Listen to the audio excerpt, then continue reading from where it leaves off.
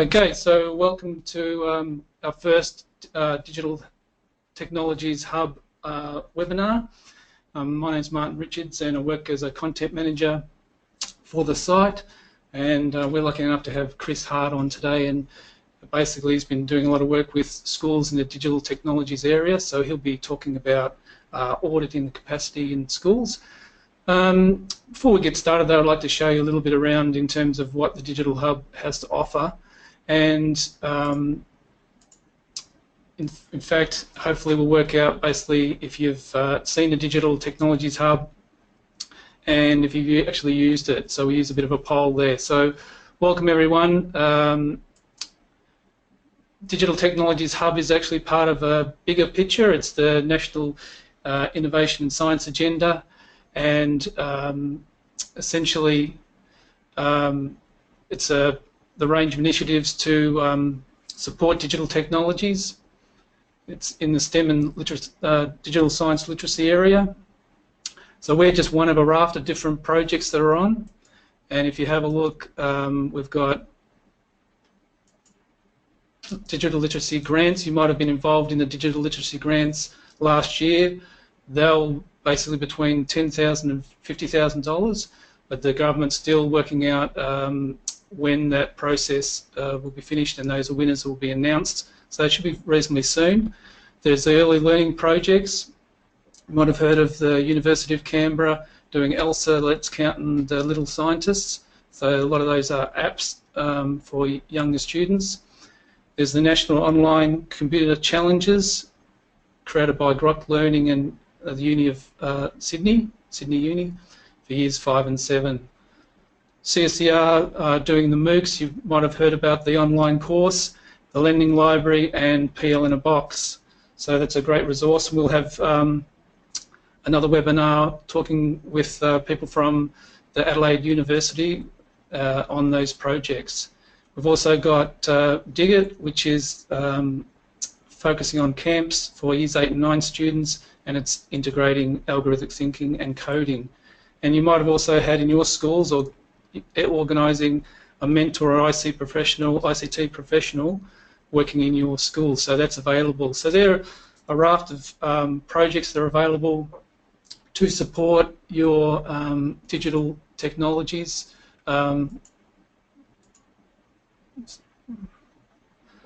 So basically, if you haven't had a bit of a look before in terms of the Digital Technologies Hub, just going to see, I'll use a poll at the moment, so you should be able to get a poll if you've used the digital technology. So if you can answer it, you should be able to see it on your screen.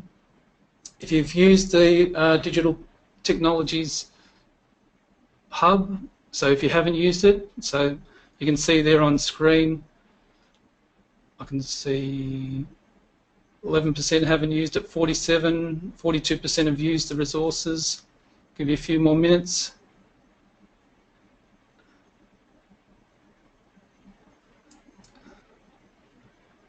So you should be able to see the poll results there.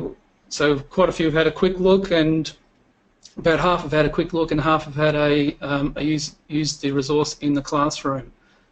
Quite useful for us. So also got another poll just to work out what's your experience. So have a go at this one. Manage polls. So I've got quite a few just getting started.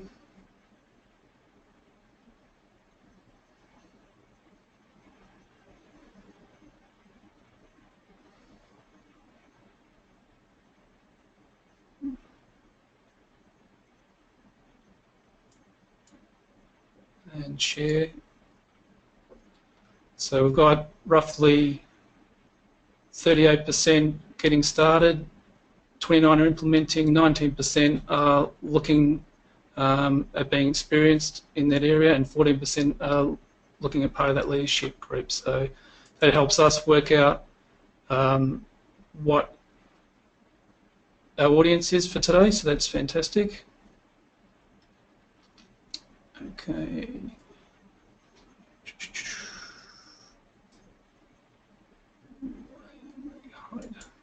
Okay. So let's go back into, I'm going to do a quick tour now of just the site itself, just very quickly to show you a couple of the sites that might be of importance or of use. So in the primary section, if you go into, and you can do this, we've sent you a link along if you want to, you can get into the site, but basically into getting started section, you'll see James Curran, he's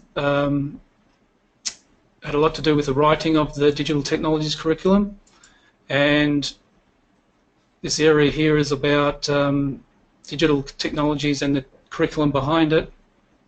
So if you, some of these videos would be very useful to use with your staff. If I can just point you towards the ICT and digital technologies area, James Curran has got a video about the ICT skills, but you might have a conversation about the fact that teachers were using ICT within their within their different KLAs, but where does digital technology sit? So you can see there's some examples there. This comes as an infographic where you can download it and use it with your staff. So it's talking about ICT and the difference between ICT and digital technologies, and also examples in ICT in action and digital technologies in action.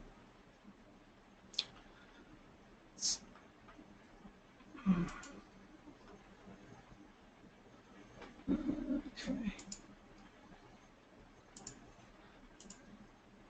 So today's webinar obviously is Chris Harte. He's done a lot of work with schools in terms of implementing technologies, digital technologies, and getting a start with you know, where to begin, looking at your technology, looking at the curriculum, and then looking at the capacity in schools. So Chris will be talking in a little while on that.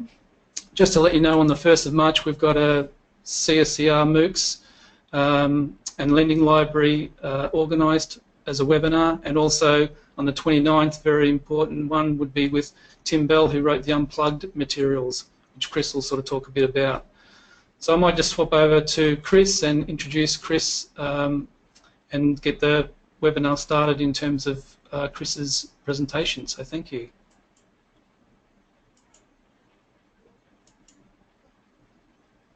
Okay, thanks, Martin. Delighted to be here with you this afternoon. Thank you so much for giving up some of your time to come along and find out a little bit more about the Digital Technologies Hub and how we can support you and what you do in schools to make it into a reality, the Digital Technologies curriculum. So I'm just going to go onto the slides. If you do want to jump on the Google slide deck, in the chat of the GoToWebinar, you should see there is a little link I've just put in there for you, which will take you to the slides if you want to click along. So I'm going to jump in there and make them full screen. So Martin, if anything, you know, hopefully everything will work perfectly, but if there are any problems, just give me a shout. So I'm going to get started with the, I guess, the learning intentions for the rest of this webinar. And whenever we set learning intentions, I think it's really important that we think a little bit about how we want to divide them up, because my background is a French, Spanish, and technology teacher, and so I know that when you leave my French lesson, you'll have learned some French knowledge and you'll be better at French, but I hope that you'll also walk away with some growth in the mindsets that you might apply, the skill sets and tool sets that you might apply, and something like the digital technology curriculum in particular, which does have very, very strongly this idea of different tools, different sets, and different skills, different mindsets and knowledge sets. This is a really interesting way for you to tackle learning intentions when integrating or when teaching the digital technologies curriculum. And if you want to see more or read more about this, there is a section under the effective pedagogies part of the site which explains it in a little bit more detail. But let's talk about this afternoon, to starters. So by the end of this session, hopefully you'll have an understanding of the tech needs of the DT curriculum. You'll also have thought a little bit about different models, integrated versus explicit, of designing the DT curriculum in your context, in your schools or in your organizations. And hopefully you'll have some ideas about how to build teacher capacity and seek outside support. So that's what we're really looking at today in today's webinar. It's less about the content of the DT curriculum. It's very, very much about what capacity does my school or my organization have to be able to really effectively help kids learn within the digital technologies curriculum. So the mindset I would love you guys to have is I want you to be creative. I want you to be connecting, and I want you to be analytical. And because of that, essentially, I want you to think about the things we show you today. How can you be creative in using them within your context? Also, I would like you to link, if possible, to what you already do, so a connecting mindset, but also analytical. So some of the tools we show you today, you might think, well, you know what, that's not actually going to work in my context. But I just wanted to mention the top one, which is the growth mindset. Now, some of you might have read some of the work of Carol Dweck, and Carol Dweck does some, she wrote a book called Growth Mindsets, and it essentially talks about kids having a fixed or a growth appreciation of intelligence. And so, for example, you might think, I can't do this. So I'm sure you've heard in your class at some point a child who said, I can't do this. So they've got this fixed mindset that they're not able to achieve. And there's just a little word which you can add to that sentence to make it into a growth mindset. So rather than just having a kid saying, I can't do this, you just give them the word yet. And that just means that, that gives them this idea that, with a bit of hard work, with a bit of effort and some great feedback from my teachers and some great feed forward, I can actually grow and become better at this. And that's how you might feel about the digital technologies curriculum. So the digital technologies curriculum is not all that new, but certainly new for some people, has been around for a little while. But I really want you to think, if there's stuff that you are looking at in digital technologies curriculum saying, I can't do this, just use that little magic word yet and tackle it with a much more growth mindset. So the skills we're going to be using today are a little bit of analysis of what's going on. You're going to be doing listening. This is not a passive webinar. You do have an opportunity to do a number of polls, and I guess that if there are any burning questions you want to ask in the chat, we can answer those as well. So the skills you're going to use today, and the tools we're going to use are the actual DT Hub, and we're not using Adobe Connect. We actually changed to GoToWebinar. So actually I should have changed on the slides, and I shall. So we're not using it to Connect, we're using GoToWebinar. So what is the digital technologies curriculum? Now, there is a large percentage of you who are already doing it. There's another percentage who have maybe got into the DT Hub and had a real root around in it yet. But I just wanted to highlight this. Digital technology specifically aims to develop knowledge, understanding, and skills which ensure that individually and collaboratively students, you'll see in a moment why this is super important. They design, create, manage, and evaluate sustainable and innovative digital solutions to meet and redefine current and future needs. So that's big, that's a huge challenge just in that first stop point. Also, they're going to use computational thinking and the key concepts of abstraction, data collection, representation, interpretation, specification, algorithms, and implementation to create digital solutions. All of those words sound super scary to me, and they may well sound super scary to you as a teacher or your colleagues who are expected to teach this. So we need to really break down some of the language so that we can make it much more accessible for teachers and students. Students will be able to confidently use digital systems to efficiently and effectively automate the transformation of data into information and to creatively communicate ideas in a range of settings. They'll apply protocols and legal practices that support safe, ethical, and respectful communications, collaboration with known and unknown audiences, and apply systems thinking to monitor, analyze, predict, and shape the interaction within and between information systems and the impact of these systems on individuals, societies, economies, and environments. So it can be challenging. If I had no experience in teaching digital technology at all, and I picked up these statements from the curriculum, it's quite scary. So what the guys at ESA and the Digital Technologies Hub have done really a great job of, I think, is breaking down some of that the scary language, I guess, and things like abstraction and interpretation and algorithms. Tons of links to resources on the DT Hub, which will help you, which will explain those in a really simple way, so people can understand them and therefore implement them effectively. So how do you approach digital technologies curriculum? And we're going to talk a bit about that from a couple of different examples, a few different examples. But integrated STEAM projects, so science, technology, engineering, art, and mathematics. It helps us to develop thinking skills, which is really super important. It's about an authentic use of technology. So it's really getting kids to use technology for a genuine reason. It also helps to enhance numeracy, certainly gives an authentic audience for literacy, and really the kids are living in a digital world. Now, there's lots of argument about whether students and young people are digital natives or not, but we do know that they live in this digital world. So having an understanding of what that means in society is very, very important to them and for them. So we're going to split this webinar up into 3 sections. And the first section we're going to split up we're going to look at, is auditing technology. And if you are in the slide deck, you could click on this link here, and it will take you to the page within the DT Hub site, which is specifically about auditing technology. You don't need to go to it now, but certainly for your reference afterwards, there are some more advanced reading in there, I guess. So let's have a look at this. Now, the first thing I wanted to say to you when you're auditing technology in your school, to look at the DT curriculum, is you don't need technology. And by that kind of technology, I mean the kind that plugs in and connects to the internet. There are some incredible resources out there, and I would particularly recommend CS Unplugged, and definitely recommend Professor Tim Bell's webinar, which is in a little while, because there is so much you can teach about computational thinking and algorithmic thinking, without ever touching a computer. You can learn binary without having to use a computer at all.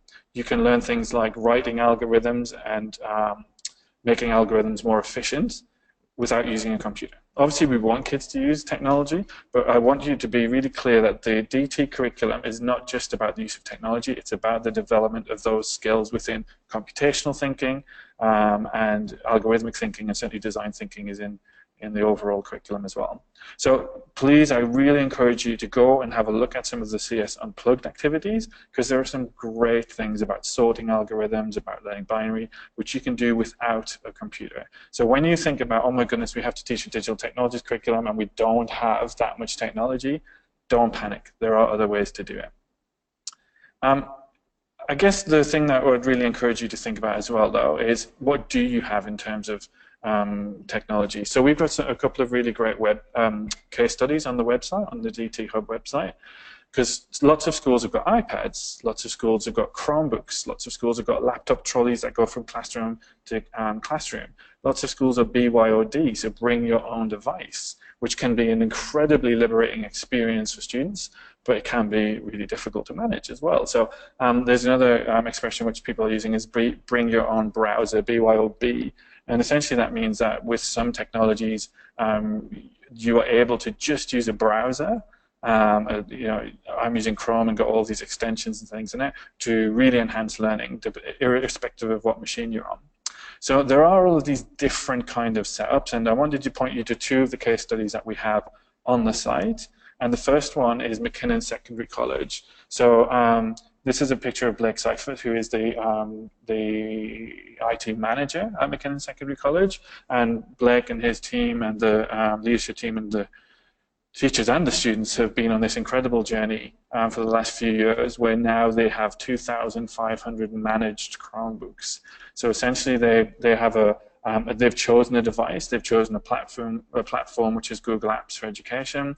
They've chosen that they're going to use Chromebooks, which are cheap and fast, and there are lots of, you know, we're not here to talk about the pros and cons of specific technologies, but they've made this decision to go down this road, and they are managing them for the kids as well. So it's not just an open browser, they're managing all aspects of their Chromebooks. And the interesting thing with that is that you have a totally consistent approach.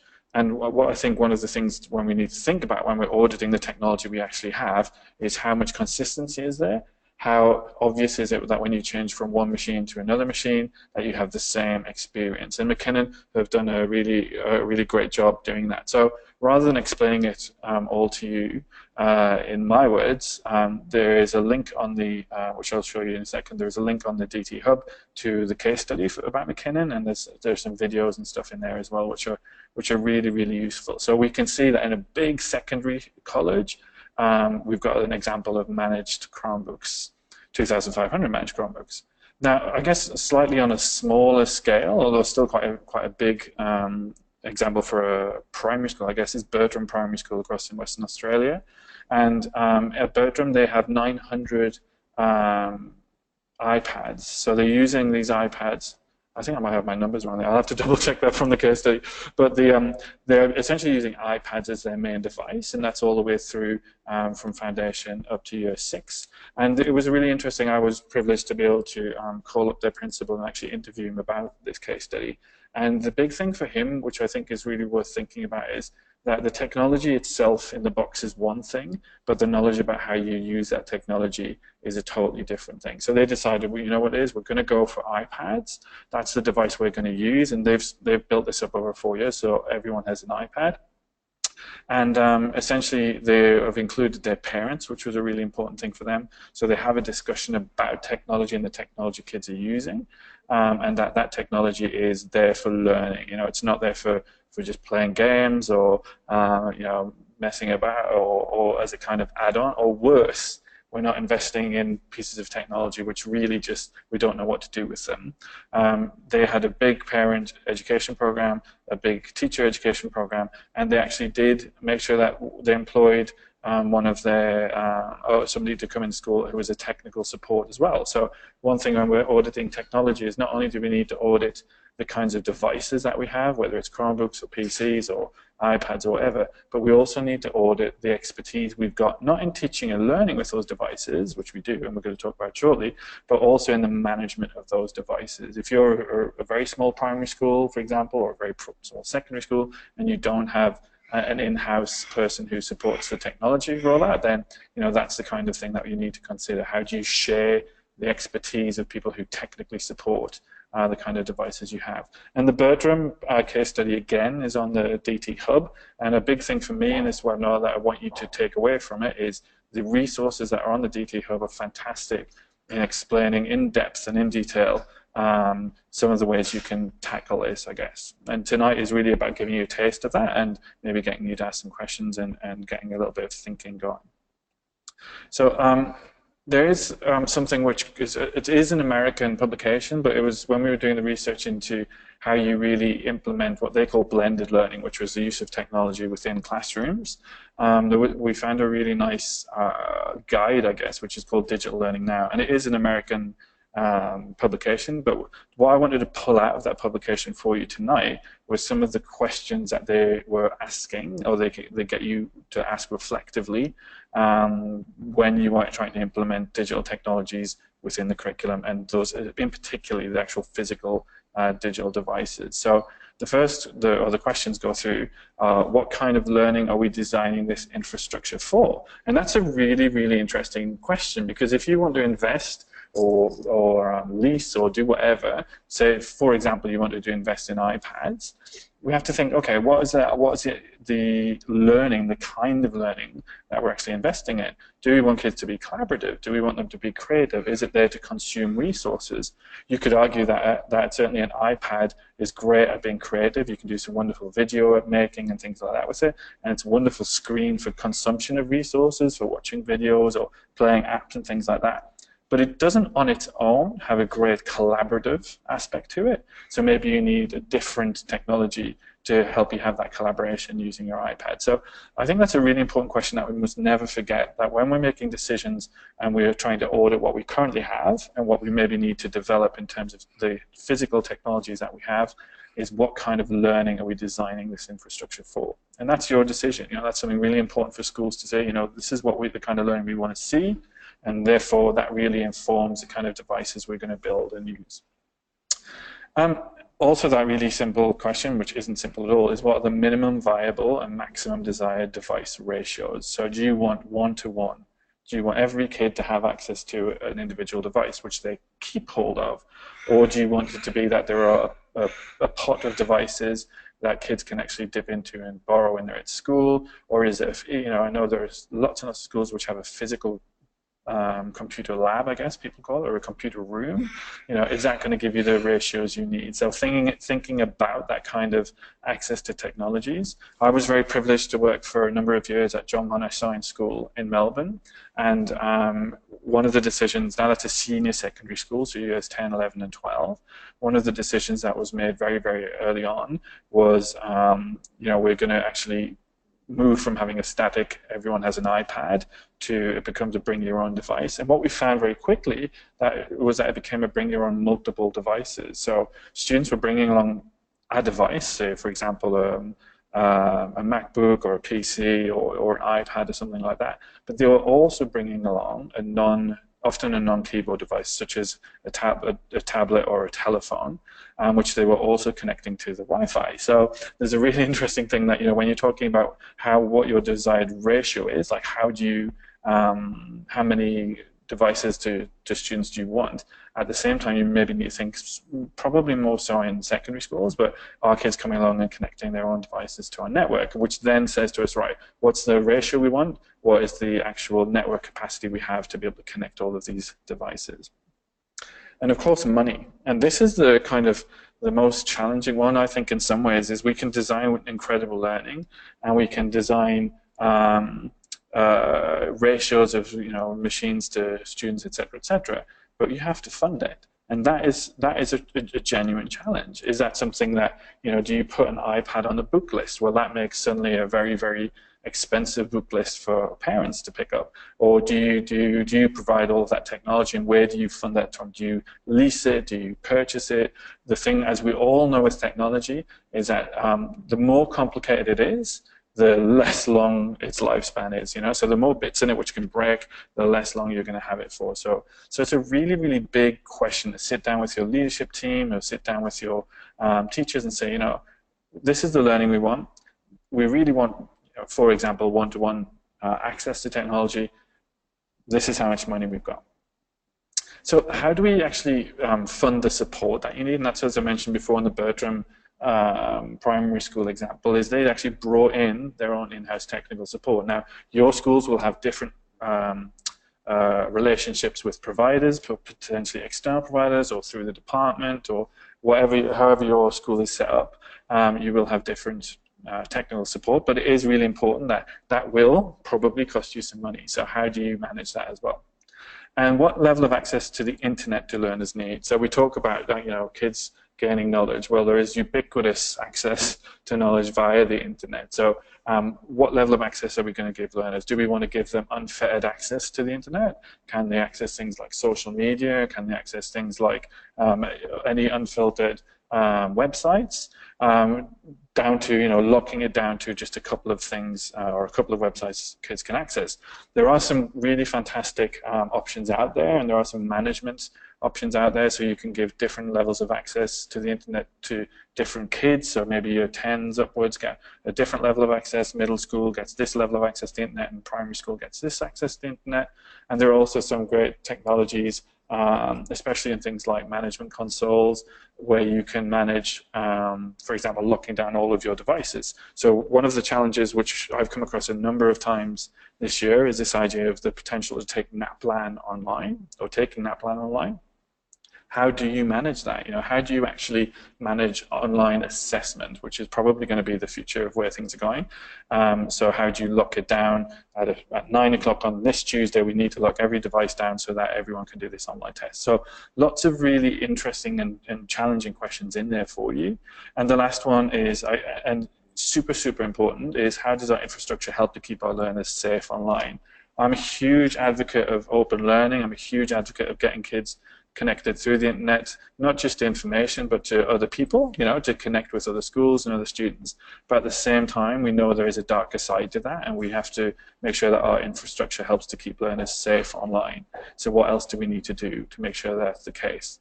So I would always argue that, especially with older kids, you have to give kids the opportunity to make a mistake in order for them to demonstrate and grow in terms of responsibility. But at the same time, you need to keep them safe. So I really, really recommend, and again, this is hyperlinked on the slides up here, that you do take the Digital Learning Now guide as a kind of really nice way to think through some of these questions, because they are very, very big questions. Okay, so I think Martin's going to jump in for a second now, and we've got a poll question that we're going to ask you. So I think Martin's going to put that up as a poll. Yeah, great, it's already there. So we'll give you just maybe a minute or so to answer that poll.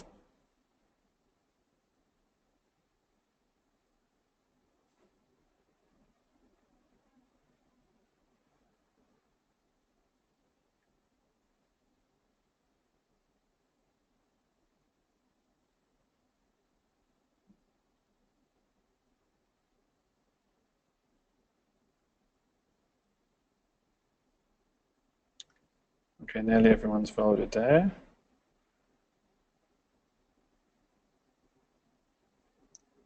Okay, so we've got the results are in. So our tech will enable us to roll out an effective DT programs, 38% of you guys.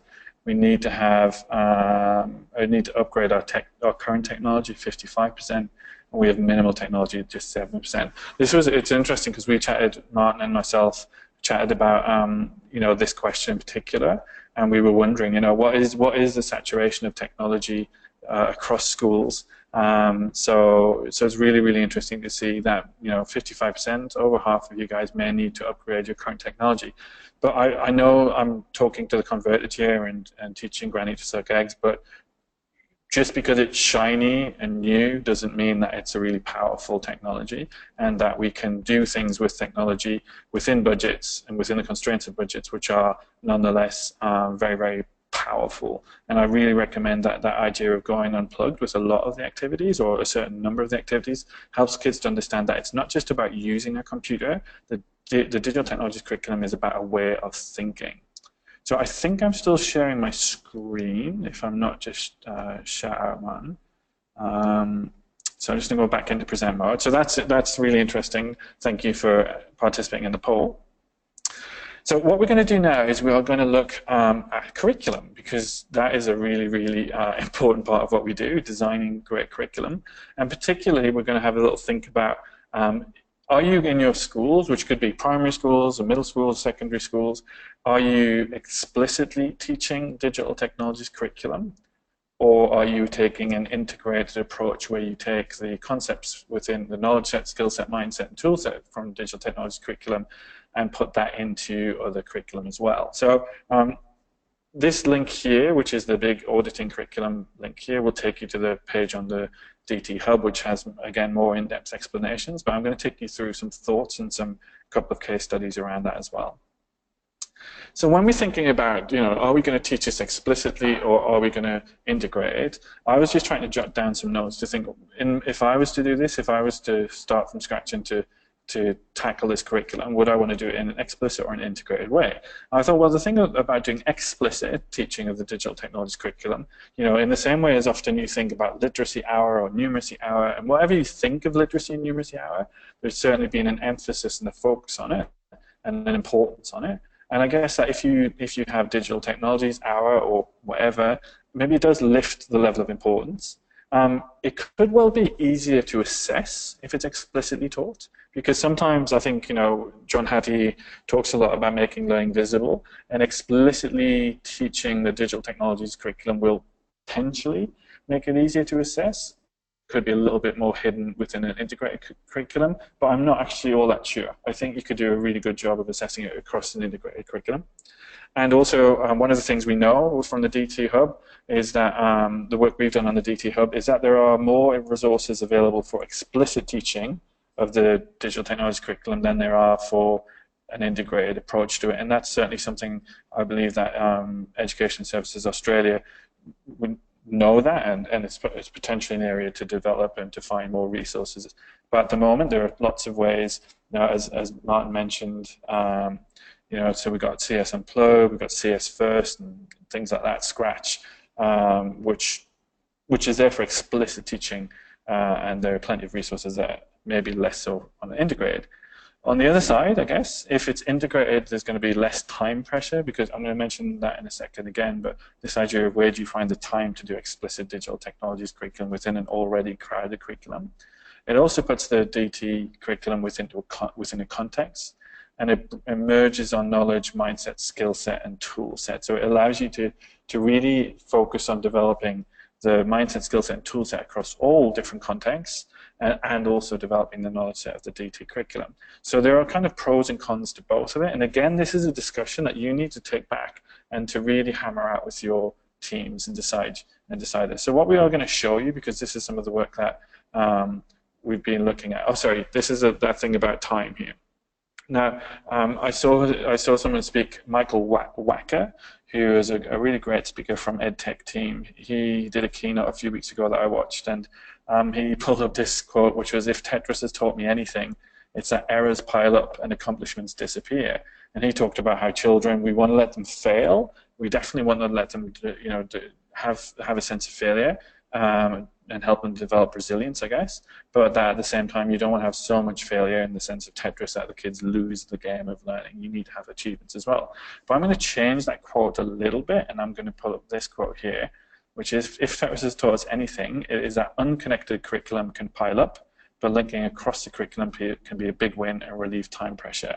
So if I were doing this, I would be thinking, I can't drop another curriculum area onto my staff.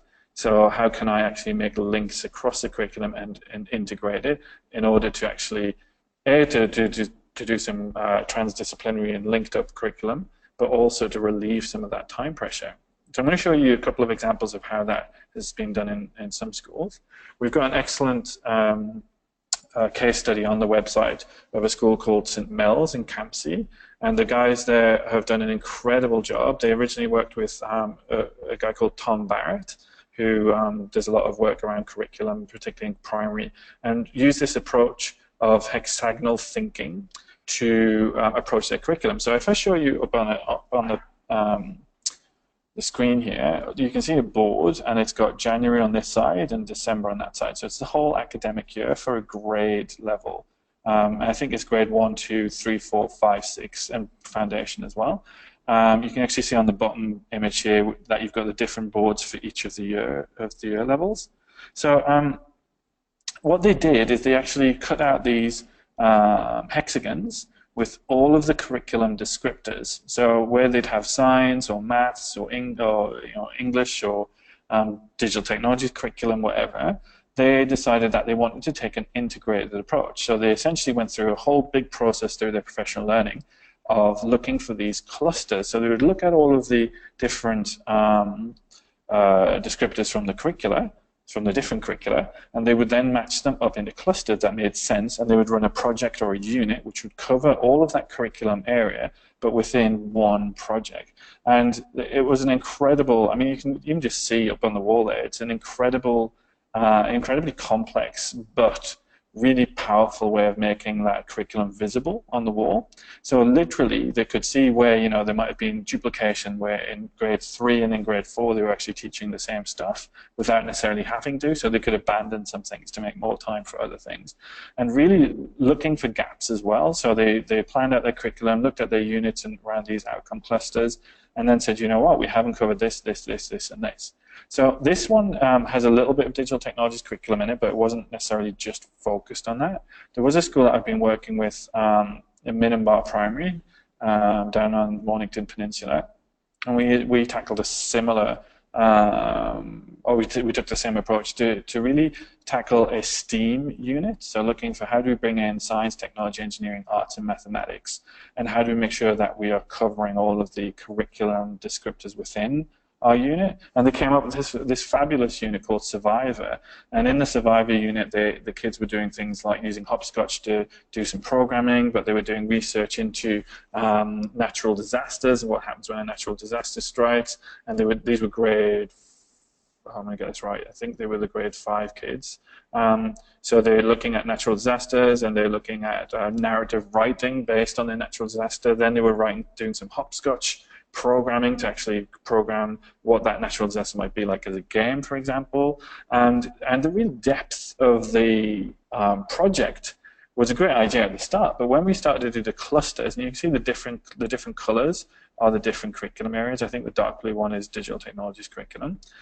They suddenly saw that we are doing numeracy, we are doing literacy, we are doing science, we are doing digital technologies curriculum, and each of these clusters became a new project, like the Survivor one. And kids, I mean, have done some great things like building Rube Goldberg machines, and Minimbar have been so incredibly reflective as well, and getting the kids to reflect on how they've grown through this unit. Not just we're going to do a writing task or we're going to do a programming task. It all is strung together under this one heading. So I would really recommend that if you do want to take an integrated approach, then doing some hexagonal thinking around it is a really powerful methodology to do that. If you don't want to take an integrated approach, which you certainly don't have, to, and you just want some really great lesson plans, which are pretty explicit about teaching of digital technologies, then the DT Hub is also the place to go. So we've got the case studies on how to do hexagonal thinking, but we also have an incredible plethora of lesson plans mainly written by practicing teachers, which are from foundation, I believe, all the way up to year 10. And we've got lesson plans on there, which I think Martin will point to possibly at the end, which are about that explicit teaching, and your teachers could pick up those lesson plans and actually go for them. Actually, I'm going to show them, sorry, in the next section. So I'm going to pause just for a minute. We've got hope a little bit more time. We have got another section to go through, but I'm going to pause, and any questions that are in the chat, which we might want to take now, about that auditing the curriculum or auditing technology, I'll just have a quick look in the chat. So if anyone feels like they want to ask a question, please do.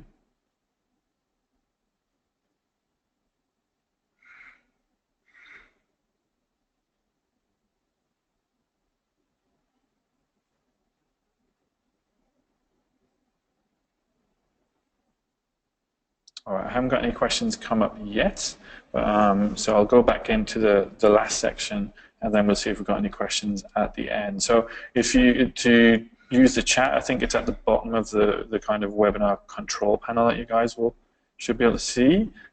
Please feel free to ask questions in the chat, and we will definitely try and answer that. Okay, I'll take silence as agreement and golden. All right, so we've talked about auditing technology in the physical sense of things. We've talked about auditing curriculum and how we approach our curricula and design our curriculum to support the growth of digital technologies. And now I want to just talk briefly about auditing our expert capacity. Okay, so what we're going to do is we're going to look at a model which sometimes gets a bit slammed by people. I don't mind. I think it's a strong model. It sometimes gets a little bit of criticism, I think, but to me it certainly makes sense. So as a teacher, I know, for example, as a French teacher, so let's think I'm a trained French teacher, I know that I have very strong content knowledge. So I know my French curriculum inside out. I even married a French lady just to make sure that I was good enough at French, and that content knowledge I'm very strong at. So in this diagram, we have this Venn diagram here. The blue circle is content knowledge. Like if I were to say my French content knowledge, I would say it's really strong. It's over here somewhere. Now my pedagogical knowledge, so that actual knowing how to design great learning for kids, I think I'm much better at that now than I used to be. And it was something maybe that when I first started teaching, I was all about the content knowledge and didn't worry so much about pedagogical knowledge, but that I think is now improved. So if I were to say, I think I've got strong content knowledge and I've got strong pedagogical knowledge, then I might be sitting in this little sector here. But in the advent of so much technology, we really have to think about the technological knowledge of our teachers. So by that I mean, I've been teaching for 15 years, and when I first started teaching, I was using an overhead projector with acetates on it, so like see-through film on it. And I was very high-tech because I actually used to use colored pens. So it was like, moving from silent black and white movies to full-on stereoscopic Panavision movies. I would actually draw and write in colored pen on these acetates as a learning support for kids. And then there was this revolution in about 2002, I think it must have been. And the revolution in 2002 was that I could actually laser print in color these acetates. So it was like, oh my goodness, this is crazy. And then suddenly the data projectors came in. And that changed again my approach. So my content knowledge has been very stable. I think my pedagogical knowledge has grown over time, but my technological knowledge has massively changed in the 15 years I've been teaching. So I've moved from using handwritten acetates through data projectors and smartboards and interactive whiteboards, and you kind of think, yeah, that's all teacher-based, that's all teacher-focused. But then getting kids to work within a learning environment, like 5 years at John Monash, we were using Google Apps as a learning environment where kids are collaborating online, and I'm in this technology with them, collaborating online, and we can even run webinars on an afternoon, on a Wednesday afternoon now, that people can join. So this whole technological change is hard, and this technological knowledge change is very, very hard. So I've embraced it, and some people, I hear some teachers I work with say, you know, I can't do technology, or it never works for me, things like that, and they're real concerns, and there could be real concerns for teachers within your schools as well. So there is something about how you improve technological knowledge, because while people's content knowledge can certainly develop and grow, it's probably going to be pretty strong, pedagogical knowledge and technological knowledge are very interwoven, I think. So the more you learn about technology, the more you see that it can impact your pedagogy. The more you learn about pedagogy and make decisions like, I really want a collaborative pedagogy, then the more attuned you are to looking at technology to see, is this technology good for that usage? And if you can get technological knowledge, pedagogical knowledge, and content knowledge all overlapping, then we're in a really good place. And that's what this model is called. It's called the TPACK model. So technological, pedagogical, content knowledge. So if you're smack bang in the middle, that means you've got strength in all of those.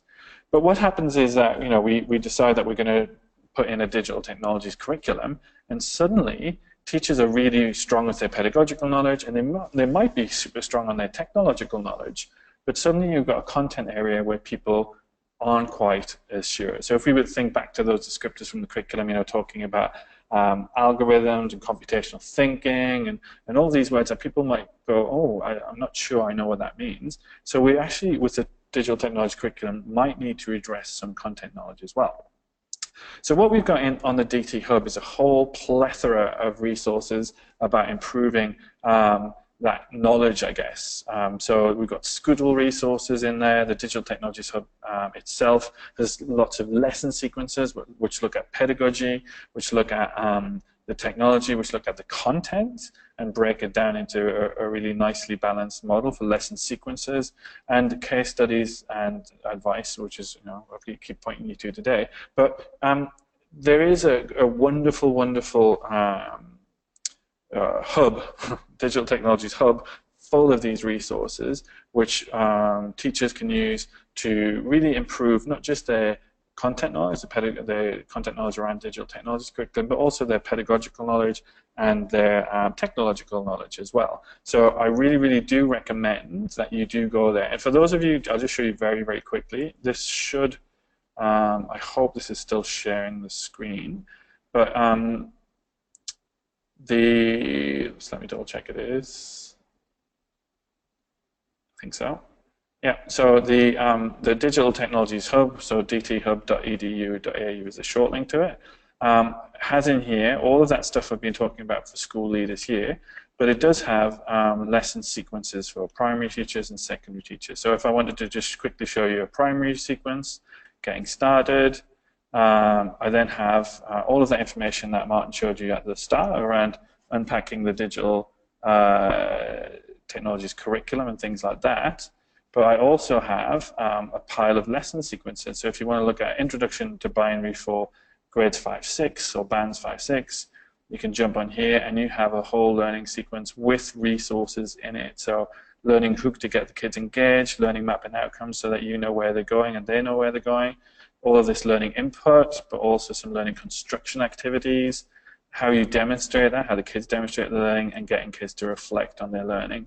So we spent a lot of time thinking about and working with some wonderful teachers to help us to put this together. So there are tons and tons of things there to really handhold people, I think. So really try and support your teachers in developing their pedagogical, their technological, and their content knowledge. But having said all of that, so let me just move forward to the next slide, there are other things which are out there. So other sorts of expertise that you might want to tap into. I was working with a school in Perth in December, and the guy who was managing all of their IT was one of the parents. So he actually would come in and he would support them in rolling out Chromebooks across the entire school. So have a look in your parent and your school community to see if there are, experts out there, people who are able to support the students and support the teachers in that content knowledge. I bet you that within your school community, you've got some parents or some members of your school community who are every day working in programming or coding and would love to come in and support you and to help you. But also look around at schools around you. I think the more we can collaborate and use tools like this webinar, for example, to share that knowledge more widely, the more effective our schools can be. So your school doesn't have to be or has to necessarily have a super subject expert within digital technology curriculum. And there are other people out there who can help you, including the students. So my 11-year-old son, he's just started his first term in secondary school, which makes me feel old, but he has been programming, and he has been using things like Minecraft to build engineering projects for a number of years now. And to be honest, I said to him, how on earth do you know how to make these things happen in Minecraft, or how to do this in a programming language? He's like, well, I just go on YouTube. And I'm like, okay. So he on his PC, he'll have a Minecraft screen open and a YouTube screen open. He goes on to tutorials and he teaches himself. So undoubtedly within your classes, you will have some kids who have a really strong technological knowledge, and probably, and this is the scary thing for teachers, beyond your technological knowledge. So don't ignore it. Don't sweep it under the carpet. Let's really embrace that and help to get student mentors working in the class and helping kids to learn. And the last one I wanted to point out to you was Code the Future. So Code the Future is an organization which was set up a couple of years ago by Beck Spink and Will Egan.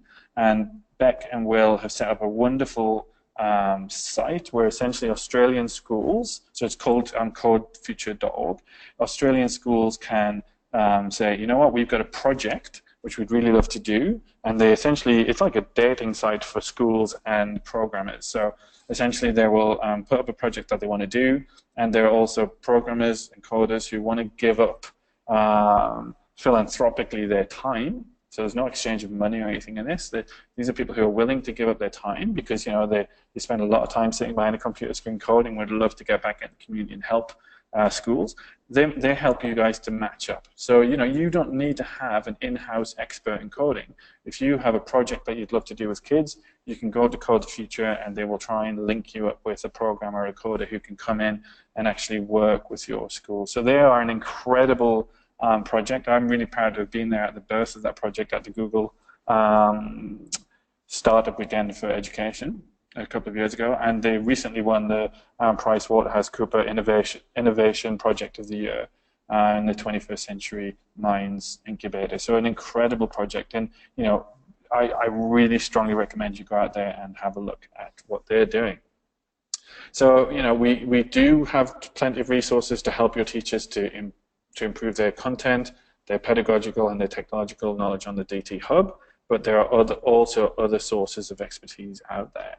So essentially what we've got on this last slide is just those links to the things that Martin was talking about. And then I've got a Q&A slide here. So I'm going to open this back up and see if we've got any questions.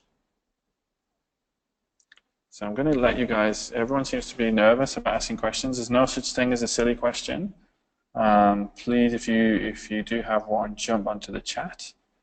Otherwise, I shall kind of resume and pull things to a close. But I'd love to have at least one question on the chat, even if it's like, how was your day or anything like that.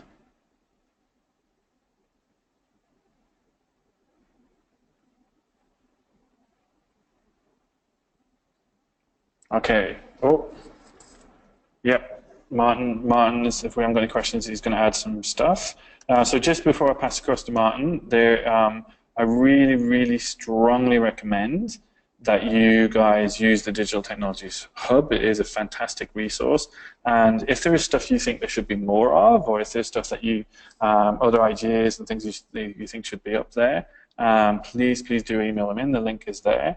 And I just would like to say thank you to you guys for putting your time in on a Wednesday afternoon. If you want to contact us, or if you want to contact ESA, sorry, about the Digital Technologies Hub, the email is there. Or if you want to contact me just to have a chat about this kind of stuff, my email is at the bottom of the slide deck. So with that, if there are no questions, well, there is a question. Where does flipping the classroom fit into the TPAC model? Okay, so great question there. I'm not sure if that came from Martin or from someone else via Martin, but where does flipping the classroom fit into the TPAC model? It absolutely, all pedagogy fits into, and flipping the classroom is a kind of pedagogy. It fits into the TPAC model. But you have, for example, if you were to look at a pedagogy like a lecture, and you say, you know what, I get up in front of the kids, I talk at them for an hour, and that means they've learned stuff. I would argue that, for me, that's not a good pedagogy because there isn't any interaction, there isn't any collaboration, there's no construction time, you can't necessarily tell how well kids have actually made progress. And if you just flip that by saying, you know what, I'm going to have an hour lecture on a video, I would argue maybe it's still not great. I mean, I think that pedagogical knowledge is really important. So how you design flipped learning, so it is still collaborative, and it does have a lot of content which is taught outside of the classroom, I guess, or which is at least given to students outside the classroom. Technological knowledge of how to do that, you know, how to put something onto YouTube or Vimeo or onto your internal servers, how to record video, using things like, oh, it's just left my mind, what's that brilliant app? Explain Everything. You know, those kind of apps where you can create videos on your iPad or Android tablet. You know, that takes technological knowledge and pedagogical knowledge. So I'd say that all of those approaches can actually be really well fit into that model there. Okay, Martin, I'll shut up and I'll pass back to you then, if that's okay.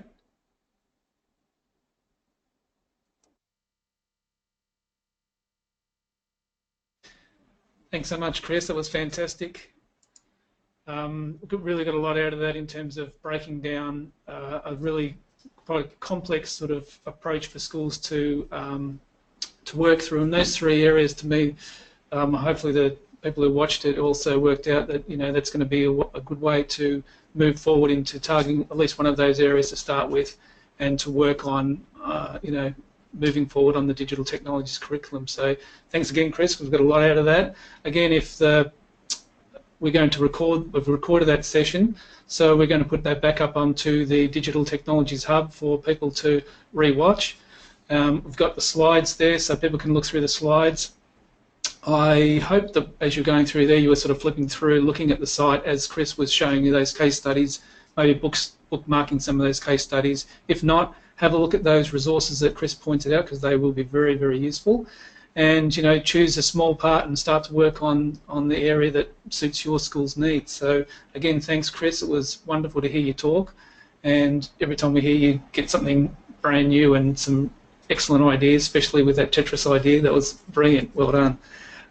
So as I said, we've recorded the session. It'll be up on the Digital Technologies Hub. I just wanted a reminder that the next session I think will be on the 1st of March, but we will send you out a registration email again if you want to register. 29th of March, put that in your diary, because that's Tim Bell, and that's, you know, the resources for the CS Unplugged would be very, very useful to have a look at those.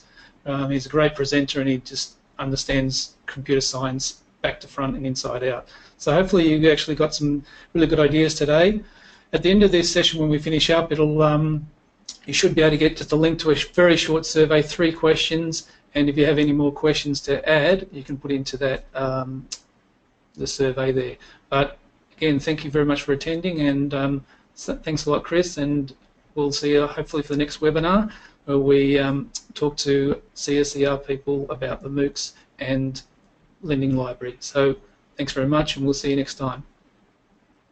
See you guys. Thanks very much for coming. See ya.